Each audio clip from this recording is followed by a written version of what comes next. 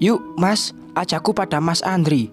Tak lupa aku juga memastikan kalau Maya dan Rudi ada dan hadir di kantor. Karena aku bilang pada Mas Andri, aku tak akan marahi Maya. Mungkin waktu itu hanya sekedar salah paham dan salah duga. Setelah ku selidiki orang yang benar-benar ikut andil dalam niat buruk Mas Andri, semuanya akan ku pecat dan hanya beberapa orang. Selebihnya mereka hanya dipaksa tutup mulut dan tak lakukan apapun demi kenyamanan Mas Andri. Itu pun mereka yang tak sengaja memergoki Mas Andri dengan Maya. Bahkan manajer hotel pun tak tahu kalau Mas Andri dan Maya ada hubungan. Hanya beberapa saja yang tahu, dan itu akan kuurus. Kami sudah masuk, Ibu dan Mas Andri sudah angku saja. Mereka memiliki harapan yang besar sejak keluar dari dalam mobil dan melangkahkan kaki mereka di kantorku. Hotel memang belum seramai dulu, pasti karena sabotase yang dilakukan oleh suami. Namun bagi pelanggan setia, mereka masih mempercayakan kenyamanannya di hotel ini. Tolong kumpulkan para karyawan, semuanya. Saya tunggu kalian semua di ruang khusus seperti biasa. Perintahku pada salah satu staf administrasi, karena dia memang biasa bertugas mengumpulkan. Baik Bu, tanggapnya. Dia langsung pergi. Yuk Mas, Bu, kita tunggu mereka di ruangan. Ajakku pada Ibu dan juga Mas Andri. Ayo, ayo, jawab Ibu kegirangan. Dan Mas Andri sudah mengangguk dengan angku. Tiba-tiba baru beberapa langkah aku sudah berpapasan dengan Maya. Dia masih berani menampakkan wajahnya di depanku. Karena aku yang bilang pada Mas Andri kalau aku tak marah. Dan aku juga bilang kalau kita mungkin salah paham. Ibu dan Mas Andri gugup melihat kami berpapasan. Maya menunduk menggunakan pakaian resmi karyawan hotel dengan nama tag sebagai karyawan biasa. Kamu Maya? Tanyaku angku. Iya Bu, jawabnya ketakutan. Oke, kamu dan semuanya kami tunggu. Ada sesuatu hal serius yang akan aku sampaikan. Ayo Mas, Bu, ajakku diakhiri pada Ibu dan Mas Andri. Setelah bicara pada Maya yang sedari tadi tak mampu menatap wajahku. Ia mengangguk, namun di balik anggukannya tersimpan sebuah kemenangan. Ya, aku tahu Mas Andri dan Ibu pasti sudah beritahu keputusanku ini padamu, Maya. Ayo kita lihat. Beberapa menit kemudian, apa kabar Bu Aurel? Manajer hotel, Mas Anwar, menyapa kami, terutama menyapaku. Kami sebelumnya sudah bertemu di luar kantor, membahas pengetahuannya tentang Mas Andri dan kebusukan Mas Andri. Semuanya sudah berkumpul, termasuk Rudi dan Maya.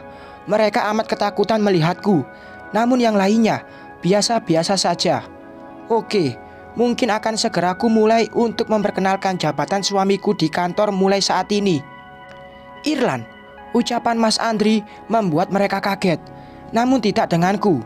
Sontak semua pandangan terfokus pada kehadiran Irlan yang tiba-tiba muncul di lingkup kami.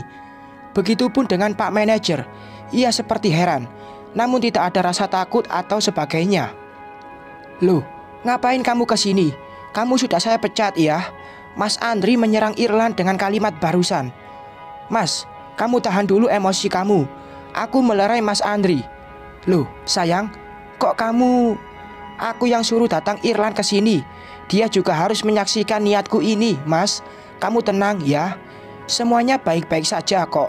Jawabku santai. Raut wajah mereka yang ikut andil dengan Mas Andri mulai memucat. Apalagi Mas Andri sendiri dan juga Maya. Seperti ada rasa gelisah dan ketakutan. Tunggu saja, Mas. Ibu pun demikian. Namun ia pasti tak tahu banyak soal Irlan. Hanya ada raut gelisah dan tanda tanya. Siapa Irlan mungkin? Pak Yudi, pengacaraku datang, dan itu sekejap menghilangkan rasa curiga pada Mas Andri. Karena ia pikir aku memang akan limpahkan semua kekuasaanku, dan itu memang lewat Om Yudi. Masuk Om, ujarku langsung mempersilahkan Om Yudi untuk masuk ke lingkup kami. Ibu dan Mas Andri mulai tenang kembali. Namun pastinya mereka belum mengerti kenapa ada Irlan. Tiba-tiba setelah Om Yudi, beberapa orang masuk membawa dan menyiapkan peralatan sesuai yang kuminta. Sayang, ada proyektor segala. Ini kok kayak ada tontonan. Mas Andri mulai heran kala bagian peralatan mulai bekerja. Kuraba lengan suamiku. Mas, ini sebuah kejutan dari aku. Sebelum aku umumkan tentang jabatan kamu yang baru, kita semua tonton ini dulu. Semacam edukasi. Jawabku amat santai dengan senyum tipis di akhir. Edukasi? Mau seminar? Mas Andri makin heran. Tapi dia juga seperti menyambut niatku. Ia perlahan mengangguk ketika aku jawab pula pertanyaannya dengan anggukan. Lalu, untuk apa Irlan di sini? Dia kan sudah dipecat. Mas Andri kini bahas Irlan yang sudah hadir di antara kami. Sedari tadi mantan sekretarisku itu hanya diam dan menunduk. Mas, kamu tenang saja. Ini semua sudah aku siapkan. Kejutan buat kamu juga buat ibu. Bukannya begitu, Bu? Kutoleh wajah ibu dengan senyuman manis. Ibu pun tersenyum dan mengangguk. Iya, Andri. Aurel pasti sudah siapkan kejutan untuk kamu. Ibu gak sabar pengen lihat kejutan Aurel. Jawab ibu polos. Dia juga terlalu bersemangat hingga tak mencurigai apapun tentang niatku. Sebelumnya aku memberi sambutan dan penjelasan perihal mengapa aku tiba-tiba mengumpulkan para pegawai, mulai dari pimpinan hingga bawahan sampai ke akar-akarnya. Oke, silahkan putar. Jangan ada yang terlewat. Semuanya. Aku menyuruh salah seorang dari petugas peralatan untuk memutar rekaman video, rekaman percakapan dan lain sebagainya, biar kutunjukkan kejutan untuk Mas Andri juga ibu. Baik, Bu. Jawab orang yang aku perintahkan. Dia mulai mengotak-ngatik. Layar utama sudah muncul. Sengaja ku pampang foto pernikahanku dengan Mas Andri. Aduh, apa sih kejutannya? Ibu sudah tak sabar. Namun Mas Andri seperti merasa heran dengan apa yang aku lakukan. Tapi mungkin dia berusaha yakin kalau apa yang akan ia lihat adalah sebuah kebahagiaan. Ekspresinya terlihat. Sesekali ia tarik jas ke arah bawah dan berdeham, bermaksud menenangkan diri. Video pertama mulai muncul. Mas Andri dan ibu terkejut, namun mereka mulai menghela nafas. Di video yang sedang memutar, itu adalah sebuah pengungkapan terima kasihku pada Mas Andri dan juga ibu. Ku buat semanis mungkin supaya Mas Andri dan ibu merasa berada di atas awan. Ibu dan Mas Andri senyum-senyum. Mereka sumringah dengan apa yang dipertontonkan. Sesekali ibu juga mengelus-ngelus bangga lengan anaknya. Namun saat kulihat Maya, dia nampak diam dan terus saja mendelikkan mata. Mungkin ia iri, kesal dan kecewa. Belum dapat apartemen. Keburu ingat semuanya. Karyawan hotel semua pun berbisik-bisik perihal ucapan yang aku berikan untuk Mas Andri juga ibu. Ada dari mereka yang mengagumi dan ada 1-2 orang dari mereka yang menyelidik ketakutan. Aku suka melihatnya. Lanjut video kedua. Dan ini yang membuat mereka semua tercengang. Apalagi Mas Andri, Maya dan ibu. Di video itu mempertontonkan aku yang dijadikan babu di rumahku sendiri. Bahkan Maya pun ikut andil sok jadi nyonyanya di rumahku sendiri. Semua kaget dan kembali berbisik-bisik. Desisan kekecewaan yang tidak mengerti tergambar di raut mereka. Wajah Mas Andri, ibu dan Maya mulai memucat, berubah 180 derajat. Apa mereka sudah curiga? Mereka tak bisa lari kemana-mana nanti, karena hanya ada satu pintu dan itu sudah dijaga oleh beberapa bodyguardku. Loh, ini apa? Ibu kaget. Mas Andri tak bisa bicara. Ia hanya memandang lekat dengan apa yang kutontonkan. Seperti ada emosi di lubuk hatinya. Ia mematung dan terpaku pada sebuah video yang masih memutar. Semua orang yang tidak tahu makin tercengang kala melihat Mas Andri dan Maya di video itu jalan berdua dengan mesra. Aurel, apa ini? Mas Andri mulai gugup. Wajahnya amat memucat. Semua menyaksikan. Dia seakan menyetop apa yang aku pertontonkan. Mas, diam saja. Nggak ada apa-apa kok. Aku sih baru tahu ini belakangan. Jawabku lembut. Ibu pun mulai merasa kaget dan bingung. Di video berikutnya, ada adegan Maya yang mendorong kasar tubuhku hingga aku terjatuh dan terbentur, hingga semua yang menonton serentak. Mereka dan meringis kalau aku terbentur dengan keras ke railing. Aurel, Mas Andri makin memucat, keringat dinginnya mulai merembes keluar. Aku suka, Mas. Begitupun dengan Maya. Sepertinya dengan susah payah ia menelan ludah. Andri, ini apa-apaan? Kamu masukkan wanita lain ke rumah? Ibu berdalih pura-pura menyudutkan Mas Andri. Namun anak prianya itu hanya diam dengan emosi. Lanjut, perintahku lagi pada mereka. Kini, yang disaksikan bukanlah sebuah tontonan, tapi sebuah percakapan antara Maya dan Mas Andri. Bagian ibu diberikan perhiasan oleh Mas Andri tak kuperlihatkan.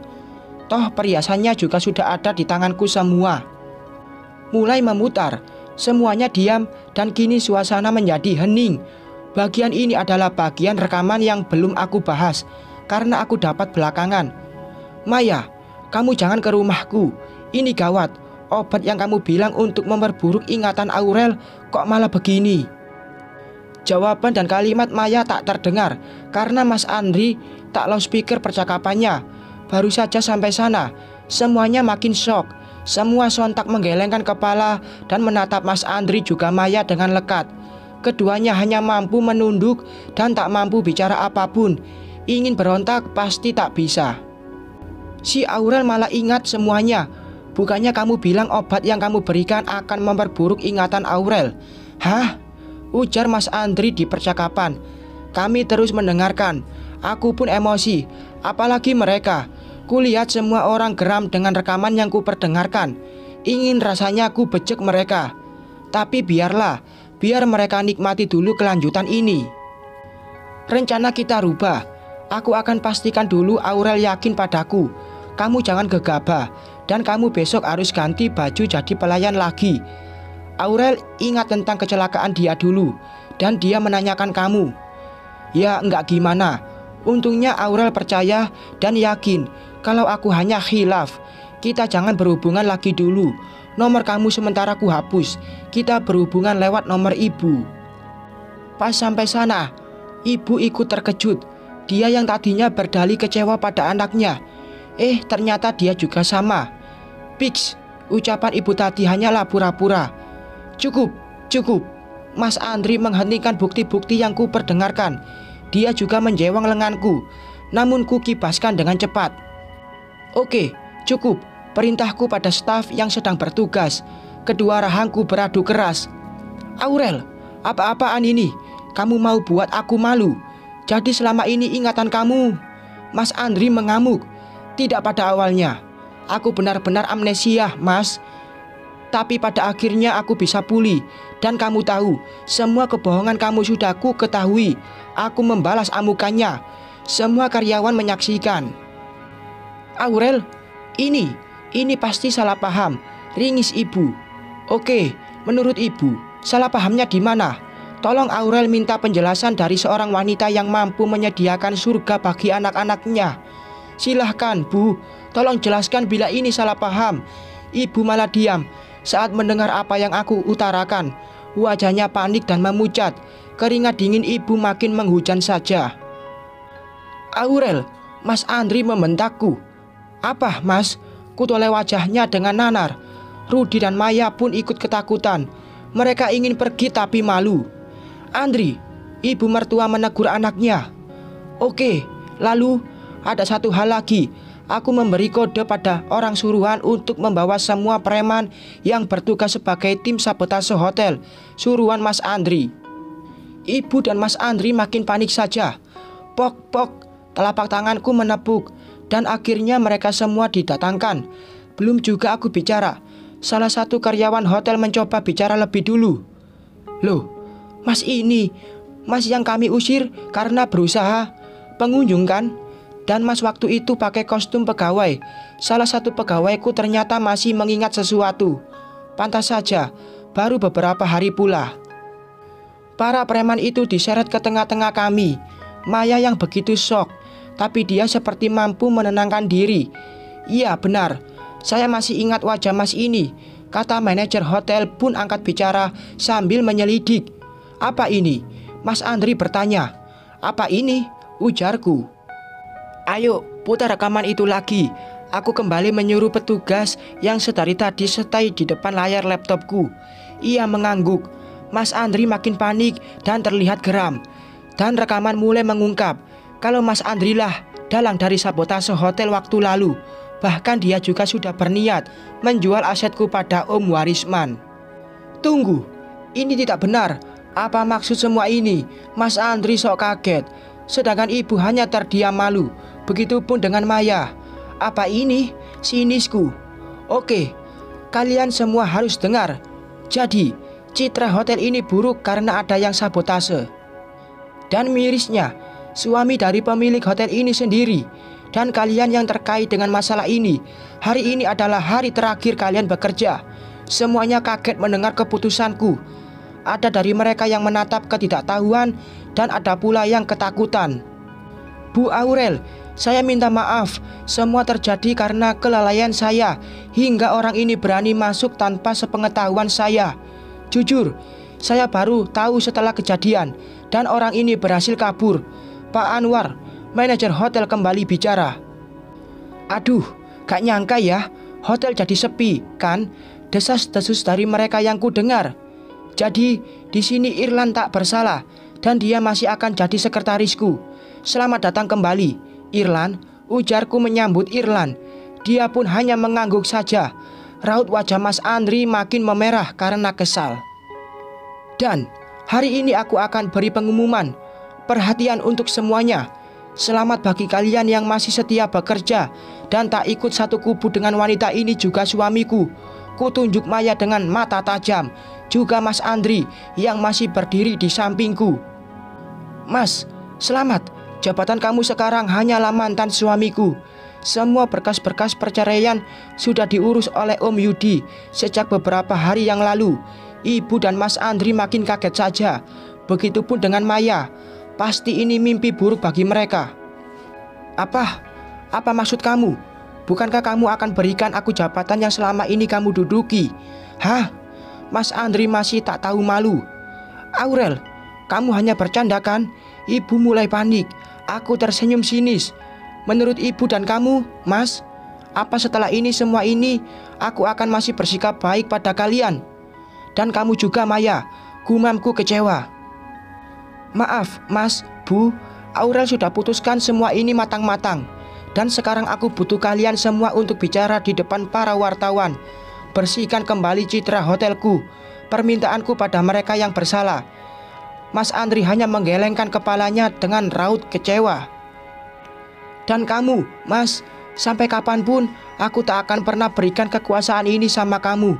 Atau pada akhirnya kamu akan menjual asetku pada Om Warisman. Iya kan?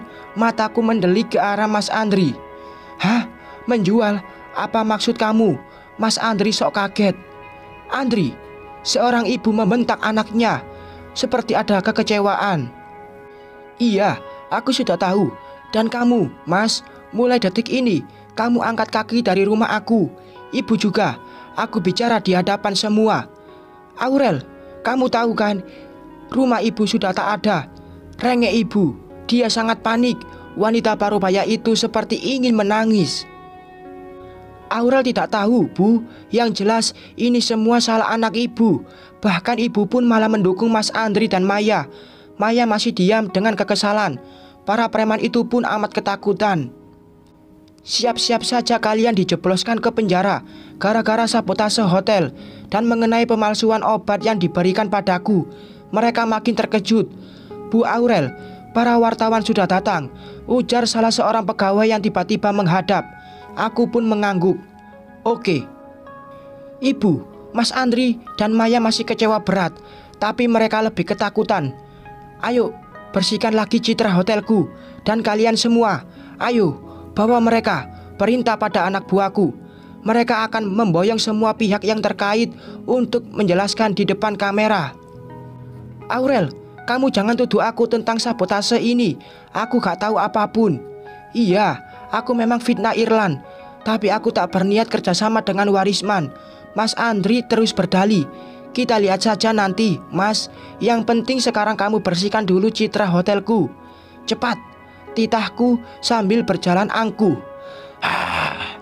Mas Andri menggeram kecewa. bersambung.